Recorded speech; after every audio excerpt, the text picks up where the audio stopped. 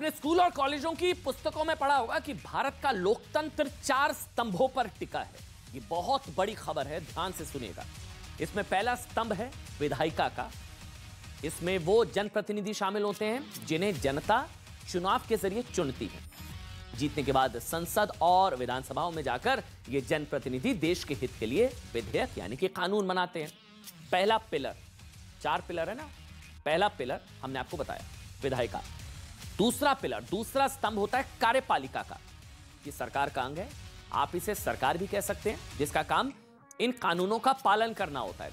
अंग्रेजी में इसे एग्जीक्यूटिव कहते हैं, जो कानूनों को एग्जीक्यूट कराती है। तीसरा स्तंभ, थर्ड पिलर ऑफ डेमोक्रेसी, न्यायपालिका, जुडिशियरी। न्यायपालिका सरकार द्वारा बनाए गए कानूनों की व्याख्या करती है और ये देखती है कि किसी भी स्थिति में कानूनों का उल्लंघन ना हो। कानून बनाती है कार्यपालिका और उसका क्रियान्वयन ठीक से हो, उसका उल्लंघन ना हो, यह देखती है न्यायपालिका। देश संवैधानिक तरीके से चले, यह भी न्यायपालिका ही सुनिश्चित करती है और इंसाफ देने का काम भी न्यायपालिका का होता है। चौथा स्तंभ होता है पत्रकारिता का, media, fourth pillar of democracy, जिसका काम यह है कि वो देश में क्या चल रहा है, विधायिका, कार्यपालिका और न्यायपालिकाएं क्या कर रही हैं, इसकी जानकारी आप तक, जनता तक पहुंचाए और निष्पक्ष तरीके से जो सही है वो भी बताएं और जो गलत है वो भी बताएं। आज हम लोकतंत्र के चौथे स्तंभ की भूमिका निभाते हुए उस खबर के बारे में बताने जा रहे हैं जिसमें एक तरफ सरकार, दूसरी तरफ सुप्रीम कोर्ट, यानी एक तरफ कार्यपालिका और दूसरी तरफ न्यायपालिका। सुप्रीम कोर्ट की 5 जजों की बेंच ने एक ऐतिहासिक फैसला सुनाते हुए कहा है कि अब देश में मुख्य चुनाव आयुक्त और अन्य चुनाव आयुक्तों की नियुक्ति सरकार, सिर्फ सरकार नहीं करेगी, बल्कि एक ऐसा पैनल करेगा जिसमें सुप्रीम कोर्ट के मुख्य न्यायाधीश होंगे, यानी कि चीफ जस्टिस ऑफ इंडिया होंगे, देश के प्रधानमंत्री होंगे और संसद में विपक्ष के नेता होंगे। ये ठीक वैसी प्रक्रिया है जिसके तहत सेंट्रल ब्यूरो ऑफ इन्वेस्टिगेशन यानी कि सीबीआई के डायरेक्टर की नियुक्ति होती है। सुप्रीम कोर्ट की 5 जजों की बेंच ने फैसला सुनाते हुए कहा है कि सरकार इसके लिए संसद में कानून बनाए और जब तक कानून नहीं बन जाता तब तक भी मुख्य चुनाव आयुक्त और अन्य चुनाव आयुक्तों की नियुक्ति इसी नए नियम के आधार पर की जाए। सुप्रीम कोर्ट ने फैसला सुना दिया। सुप्रीम कोर्ट ने फैसला उन जनहित याचिकाओं पर दिया है जिनमें मुख्य चुनाव आयुक्त की नियुक्ति को लेकर कानून बनाने की मांग की गई थी। आज हम आपको सुप्रीम कोर्ट के फैसले के सभी अहम बिंदुओं के बारे में विस्तार से बताएंगे। यह भी बताएंगे कि करीब करीब ऐसी प्रक्रिया के तहत सुप्रीम कोर्ट के न्यायाधीशों के चुनाव को लेकर सुप्रीम कोर्ट सरकार से सहमत क्यों नहीं है। लगभग इसी तरह की प्रक्रिया न्यायाधीशों की नियुक्ति के लिए भी उनकी भी मांग है, लेकिन सुप्रीम कोर्ट उस पर सहमत नहीं है। बताएंगे विस्तार से। दरअसल 2014 में केंद्र सरकार ने संविधान में 99वां संशोधन करके national judicial appointment commission act बनाया था। शॉर्ट फॉर्म में NJAC कहते हैं इसको, जो सुप्रीम कोर्ट और हाई कोर्ट के जजों की नियुक्ति के लिए मौजूदा कोलिजियम सिस्टम की जगह लाया गया था। NJAC मौजूदा कोलिजियम सिस्टम की जगह लाया गया था। इसके बारे में हम आपको विस्तार से बताएंगे, लेकिन अभी के लिए संक्षेप में बस इतना समझ लीजिए कि कोलिजियम सिस्टम के तहत सुप्रीम कोर्ट और हाई कोर्ट के जजों की नियुक्ति सुप्रीम कोर्ट के जज ही करते हैं। इसमें सरकार या विपक्ष की कोई भूमिका नहीं होती। सरकार यह चाहती थी कि NJAC के जरिए इसे ट्रांसपेरेंट बनाया जाए, फेयर, पारदर्शी बनाया जाए। इसके लिए NJAC में 6 सदस्यों को शामिल करने की योजना थी।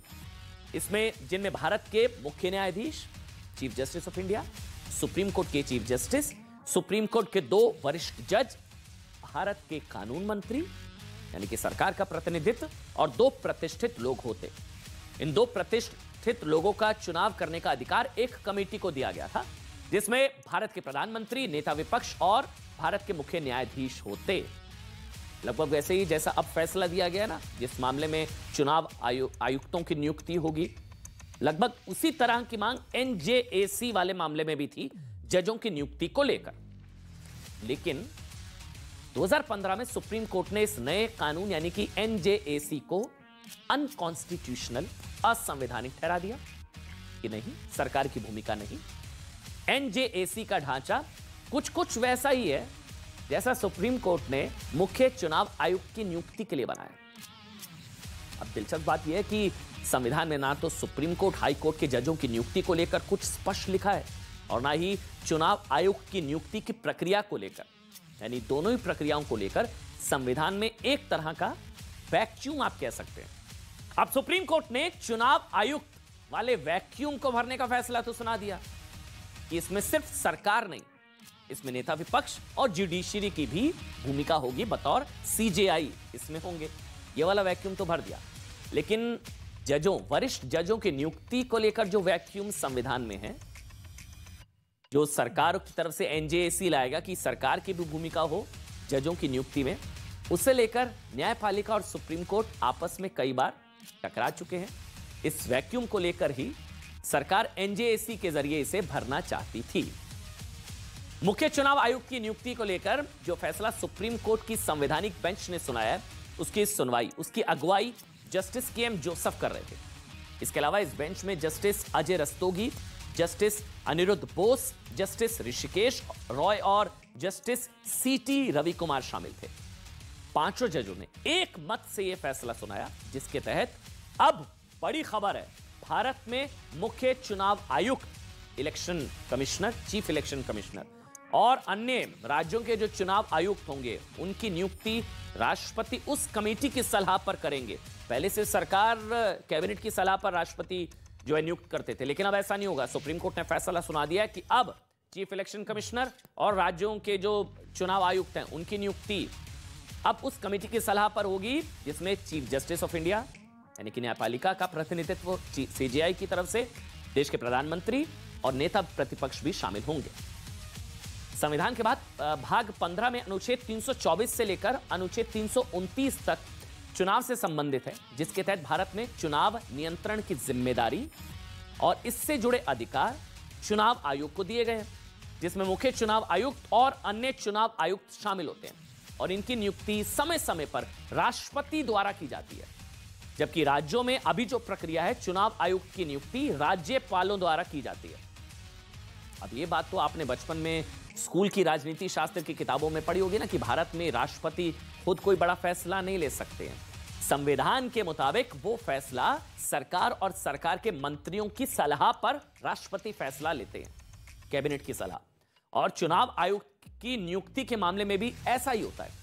केंद्र सरकार की मंत्री परिषद इस पर फैसला लेती है, जिसके अध्यक्ष प्रधानमंत्री होते हैं। सरकार की सलाह, कैबिनेट की सलाह, प्रधानमंत्री उसके अध्यक्ष और मंत्री परिषद की सिफारिश राष्ट्रपति के पास भेजी जाती है और इस पर राष्ट्रपति जो है वो मोहर लगाते हैं।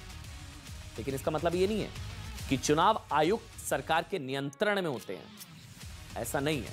भारत के संविधान में चुनाव आयुक्त को निष्पक्ष तरीके से चुनाव कराने के लिए असीमित शक्तियां दी गई हैं। मुख्य चुनाव आयुक्त और चुनाव आयुक्तों का दर्जा सुप्रीम कोर्ट के जजों के बराबर होता है। उन्हें मिलने वाला वेतन और दूसरे लाभ भी सुप्रीम कोर्ट के जजों के बराबर होते हैं। इसके अलावा चुनाव आयुक्त को उनके पद से हटाना भी आसान नहीं होता है और चुनाव आयुक्त एक स्वतंत्र संस्था है, जिससे संविधान से असीमित शक्तियां मिली हुई। इसलिए चुनाव आयुक्तों को सिर्फ भारतीय संसद द्वारा महाअभियोग प्रस्ताव लाकर ही, मतलब यानी कि इंपीचमेंट के जरिए ही हटाया जा सकता है। चुनाव आयोग को असीमित शक्तियां, आधार और वित्तीय स्वतंत्रता इसलिए दी गई है ताकि वो बिना सरकारों के दखल के काम कर सके, सरकारों का इन्फ्लुएंस ना हो, सरकारों का दबाव ना हो। लेकिन सुप्रीम कोर्ट के फैसले ने अब चुनाव आयुक्त चुने जाने के तरीकों को बदल दिया है। सीजीआई को हर मुद्दों पे जहां पे एग्जीक्यूटिव का दखल होना चाहिए, लेजिस्लेचर का दखल होना चाहिए, जबकि तीनों organ, judiciary, executive and legislature, अलग अलग ऑर्गन्स हैं। डेमोक्रेसी के 3 पिलर हैं। इन 3 पिलर्स का एक दूसरे में दखल नहीं है, दखल देना भी नहीं चाहिए। विपक्ष इस पर बहुत खुश है। विपक्ष का मानना है कि ये उसकी जीत है। वो चुनाव आयोग पर पहले सवाल उठाता था, चुनाव आयोग ईवीएम चुनावों को लेकर सवाल उठाता था और समय समय पर यह आरोप भी लगाता रहा कि मुख्य चुनाव आयुक्त सरकार के इशारे पर काम करते हैं और ऐसे में निष्पक्ष चुनाव संभव नहीं है। पहले आप इस पर याचिका लगाने वाले वकीलों और विपक्ष के नेताओं की राय सुनिए, फिर हम आपको बताएंगे कि जो कांग्रेस आज इस फैसले पर बहुत खुश है, उसने कैसे एक नहीं बल्कि कई मौकों पर चुनाव आयोग की शक्तियों को खुद सिर्फ इसलिए कम करने की कोशिश की थी ताकि चुनाव में उसे फायदा मिल सके। ऐतिहासिक फैसला है जो लोकतंत्र के ऊपर बहुत असर डालेगा, क्योंकि आज तो हम देख रहे थे कि इलेक्शन कमीशन बिल्कुल सरकार के इशारों पर नाच रहा था, और उसका एक कारण ये था कि सरकार जिसको चाहे बना देती थी। ये अरुण गोयल को भी इसी तरह से बना दिया गया जब हमारी पिटीशन पेंडिंग थी, सुनवाई शुरू हो गई थी। ये ऐतिहासिक इसलिए है क्योंकि आज संस्थाओं पे 360 डिग्री से इस सरकार का प्रहार है, परोक्ष रूप से या सीधे रूप से। हम शुरू से मांग कर रहे हैं कि चुनाव आयोग के जो आयुक्त हैं, चुनाव आयोग के जो सदस्य हैं, उनकी नियुक्ति करने के लिए कोई समिति बने। हमारे नेता श्री उद्धव बाला साहब ठाकरे जी ने मांग की थी कि चुनाव आयोग का जो फैसला है वह सही नहीं है, क्योंकि इसकी नियुक्ति ही सही नहीं। हम धन्यवाद देते हैं आदरणीय सुप्रीम कोर्ट को, जिन्होंने हमारी यह मांग मानी है। देखिए, आज भारत में इलेक्शन कमीशन 3 सदस्य है, लेकिन हमेशा से ऐसा नहीं था। निर्वाचन आयोग की स्थापना 25 जनवरी 1950 को की गई थी और 1989 तक इसमें सिर्फ एक मुख्य चुनाव आयुक्त होता था। बाकी के जो निर्वाचन अधिकारी उन्हीं के निर्देशों पर काम करते थे। लेकिन फिर क्या हुआ, 1989 में लोकसभा चुनावों से ठीक पहले कांग्रेस की सरकार ने चुनाव आयोग का विस्तार कर दिया। तब देश में राजीव गांधी की सरकार थी और उस समय देश के मुख्य चुनाव आयुक्त आरवीएस पेरी शास्त्री हुआ करते थे। लेकिन आरवीएस पेरी शास्त्री और राजीव गांधी की सरकार के बीच काफी खींचतान चल रही थी। 1987 में राष्ट्रपति चुनावों के दौरान आरवीएस पेरी शास्त्री ने राजीव गांधी की सरकार को कई मौकों पर असहज कर दिया था। राजीव गांधी को डर था कि भाई 1989 को लोकसभा चुनाव में भी वो ऐसा कर सकते हैं, इसलिए उन्होंने इलेक्शन कमीशन को 3 सदस्यीय बनाने का फैसला किया। 7 अक्टूबर को तत्कालीन राष्ट्रपति आर वेंकट रमन ने सरकार की सिफारिश पर मुख्य चुनाव आयुक्त के साथ चुनाव आयुक्त के 2 और पदों को लेकर नोटिफिकेशन जारी कर दिया। इसके 9 दिनों के बाद ही सरकार ने एसएस धनुआ और वीएस सेगल की नियुक्ति चुनाव आयुक्त के पद पर कर दी। हालांकि कांग्रेस चुनाव हार गई और सत्ता में संयुक्त मोर्चा की सरकार आ गई। इसके प्रधानमंत्री आप सभी जानते हैं वीपी सिंह थे। उन्होंने सरकार में आते ही 7 अक्टूबर 1989 को राजीव गांधी सरकार द्वारा लिए गए फैसले को पलट दिया। चुनाव आयोग को लेकर जो फैसला राजीव गांधी सरकार ने उस वक्त किया था, आज निष्पक्षता स्वतंत्रता याद आ रही है कांग्रेस पार्टी को, लेकिन राजीव गांधी की सरकार द्वारा चुने गए चुनाव आयुक्त एसएस धनुआ इसके खिलाफ सुप्रीम कोर्ट गए, लेकिन उनकी याचिका खारिज हो गई। इसके बाद एक कानून पास करके, सुनिएगा, इसके बाद एक कानून पास करके मुख्य चुनाव आयुक्त को सुप्रीम कोर्ट के जज के बराबर दर्जा दे दिया गया और उनकी रिटायरमेंट की उम्र 65 वर्ष कर दी गई, जबकि बाकी के 2 चुनाव आयुक्तों को हाई कोर्ट के जजों के बराबर दर्जा दिया गया और उनकी रिटायरमेंट की उम्र 62 साल तय की गई। इसका मकसद जानते हैं क्या था? मकसद यह था कि अगर भविष्य में फिर से ईसी का विस्तार होता है तो ज्यादा शक्तियां मुख्य चुनाव आयुक्त के पास होंगी।